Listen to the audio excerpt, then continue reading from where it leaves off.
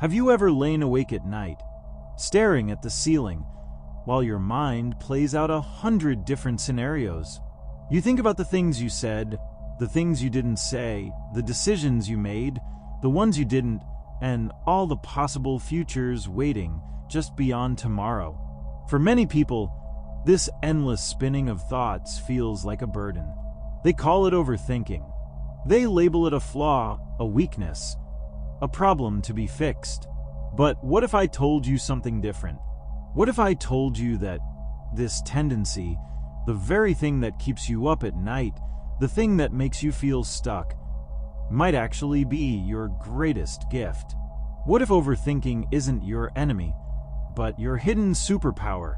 Today, we're going to explore the fascinating side of overthinking. We'll talk about why your mind does this, how it can be destructive if left unchecked, but more importantly, how, when guided, it can lead to creativity, wisdom, and even greatness. By the end of this video, I hope you'll walk away seeing your thoughts not as a curse, but as the very thing that can shape your future. Overthinking, at its simplest, is when your brain refuses to stop working. It takes a problem, a memory, or a possibility and runs it through again and again like a song stuck on repeat. And yes, it can feel exhausting, but let's pause here. What is this really? Overthinking is your brain's way of refusing to accept the surface level. It's the refusal to stop at the first answer. It's digging deeper, looking at angles, asking what if, and why not. Isn't that, in a way, the foundation of philosophy itself? Think of Socrates. He was called annoying because he questioned everything. He never accepted an answer without turning it over, pressing it, examining it. Was he overthinking? Probably. But it was that same restless thinking that gave birth to an entire tradition of wisdom we still study today. Overthinking is curiosity in overdrive. It's the engine that drives innovation, art, and problem solving. But like any engine, if you don't know how to steer it, it can run you into a wall. Of course, we can't ignore the downside. Overthinking without direction can be paralyzing. You replay conversations, beating yourself up over what you said. You imagine all the ways things could go wrong until you're too scared to act. Psychologists call this rumination. It's like quicksand for the mind. The more you struggle, the deeper you sink. But here's the critical point. Rumination and reflection are not the same. Rumination is destructive. Reflection is powerful. And the difference lies in intention. If you're asking, why am I such a failure? That's rumination. But if you ask, what can I learn from this mistake? That's reflection. The same mind, the same tendency to think deeply, produces completely different outcomes depending on how you guide it. Let's flip the script now. Overthinking has hidden strengths. 1. Overthinkers notice details others ignore. Where someone else sees a simple conversation, you see the layers, the tone, the body language, the subtle meaning between the words. That awareness can make you more empathetic, more strategic, and more creative. 2. Overthinkers are natural problem solvers. Your brain is already wired to run simulations of the future. Yes, it sometimes spirals into worst-case scenarios, but it also means you're prepared, cautious, and thoughtful. Think about an engineer designing a bridge. Don't you want that person to imagine every possible failure before construction begins? Overthinking, when directed, is foresight. 3. Overthinking can fuel creativity. Writers, artists, musicians, they all know the power of obsessing over an idea. They turn it over in their minds, explore its depths, push it until something new emerges. Overthinking is raw material. With discipline, it becomes art. Let's look at a few examples. Steve Jobs was notorious for obsessing over the tiniest details. He once spent weeks agonizing over the shade of gray used in the Apple Store walls. People thought he was difficult, maybe even irrational.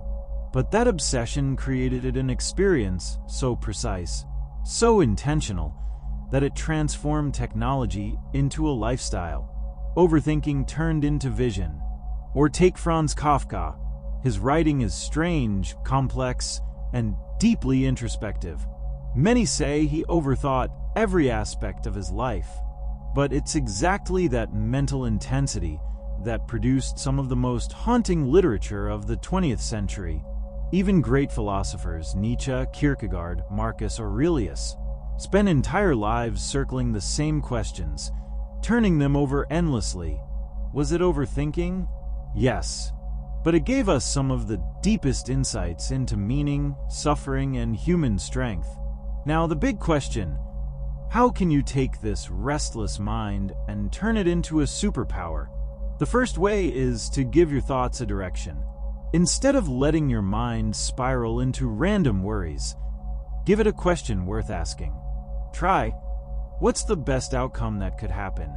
Or, how can I use this energy to create something new? Purpose transforms spiraling into reflection. The second way is to write it down. Your brain is like a computer with too many tabs open. Writing is how you close them. By journaling, you take the endless loop in your head and give it a home on paper. Suddenly, it feels lighter, clearer, manageable. The third way is to use overthinking as fuel for action. Don't stop at the thought.